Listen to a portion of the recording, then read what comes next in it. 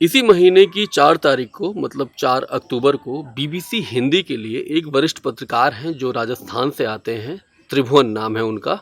उन्होंने एक लेख लिखा और लेख का शीर्षक था राजस्थान में वसुंधरा राजे को किनारे करना बीजेपी के लिए कितना बड़ा जोखिम। ये शीर्षक था उसका। और इस लेख में उन्होंने वसुंधरा राजे का जिक्र किया और कैसे वे 2 दशक तक पूरे राजस्थान की सियासत के केंद्र में रहीं। पहले संगठन पर कब्जा किया, बाद में वो मुख्यमंत्री बनी, फिर संगठन, फिर मुख्यमंत्री। और इस दौरान उन्होंने क्या क्या किया, कितने जो वरिष्ठ नेताओं को उन्होंने किनारे लगाया, सब कुछ पूरे लेख में था। और क्या बीजेपी को, मतलब एक इतनी बड़ी नेता को जिसने बड़े बड़े दिग्गजों को कुछ नहीं समझा, क्या बीजेपी उसको अलग थलग कर पाएगी, यही सब उसका सार था। और एक जगह त्रिभुवन ने ये भी जिक्र किया है, उन्होंने लिखा है कि राजस्थान के चुनावी समर को हम जब भाजपा और संघ के पुराने नेताओं से बातचीत करते हैं तो एक नया सार यह निकल कर आ रहा है कि अब बाकी प्रदेशों की तरह भाजपा का चेहरा तो बदला ही जा रहा है, उसकी चाल भी बदली जा रही है। राजस्थान में तो पार्टी का चरित्र भी बदलने की तैयारी में है। राजस्थान में पार्टी का चरित्र, तो भैया बीजेपी का चरित्र क्या है? बड़ा सवाल तो यही है, क्या है चरित्र उसका? तो स्क्रीन पर आप एक एनडीटीवी राजस्थान की एक खबर मैंने लगाया हुआ है, आप इसको देखिए, इस पे लिखा क्या है। और यही बीजेपी का चरित्र है। सांसद देवजी पटेल के विरोध में इस्तीफा देने वाले 6 मंडल अध्यक्षों को झटका, बीजेपी ने 24 घंटे में की नई नियुक्ति। मतलब ये जो 6 लोग थे, मंडल अध्यक्ष थे, देवजी पटेल जो कि जालौर से सांसद हैं, उनको सांचौर विधानसभा से चुनाव मैदान में उतारा गया है। सांचौर उन्हीं लोकसभा क्षेत्र के अंतर्गत ही आता है।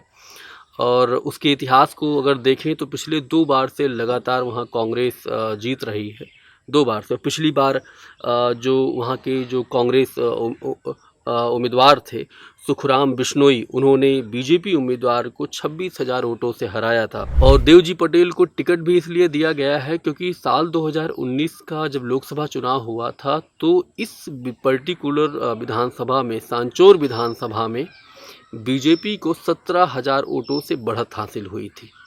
उनको लग रहा है कि सांसद को अगर चेहरा है, चुनाव लड़ा देंगे तो हो सकता है ये सीट भी निकल जाए उनकी, क्योंकि ये बीजेपी के लिए कठिन सीटों में है। ये कांग्रेस के लिए मतलब उसका हिसाब किताब, उसका जो जातीय गणित है, सब कुछ उसके लिए फिट बैठता है। बीजेपी के लिए ये ठीक नहीं रहा है, ठीक सीट नहीं है ये। और इससे पहले भी देवजी पटेल का काफ़ी विरोध हो चुका है। मतलब आप देखिए कि कहीं मीडिया में खबरें थी कि उनके ऊपर हमला तक हुआ है। उनको जहां जा रहे हैं बहुत सारे लोग हैं, उनको काला झंडा दिखा रहे हैं। और ये भी जहां कहा जा रहा है बीजेपी से बैर नहीं, देवजी तेरी खैर नहीं, इस तरह की बातें हो रही हैं।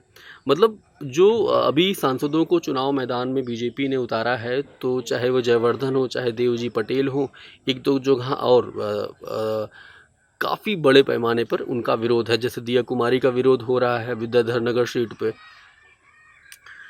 तो लेकिन सारा विरोध तो ठीक है, कुछ नेता हैं जो टिकट मांग रहे थे वो विरोध करेंगे, ठीक है भाई, पार्टी 5 साल एक कार्यकर्ता जो है काम करता है, फिर नेता बनता है, धीरे धीरे करके और बड़ा नेता बनता है, काम करते हैं। सिर्फ इसलिए मुझे मध्य प्रदेश में बीजेपी के उस विधायक को मतलब उसका जो उसने टिप्पणी की थी प्रधानमंत्री नरेंद्र मोदी के ऊपर और बीजेपी के ऊपर, जब उसका बीजेपी ने उसका टिकट काट दिया, तो जब पत्रकार ने उससे पूछा कि इस तरह आपका विधायक जी, आपका टिकट कट गया है, तो और उनका टिकट काट कर वहाँ के सांसद को टिकट दे दिया गया था, तो उन्होंने कहा कि अब बीजेपी में यही होगा, सांसद विधायकी का चुनाव लड़ेंगे और विधायक प्रधानी का।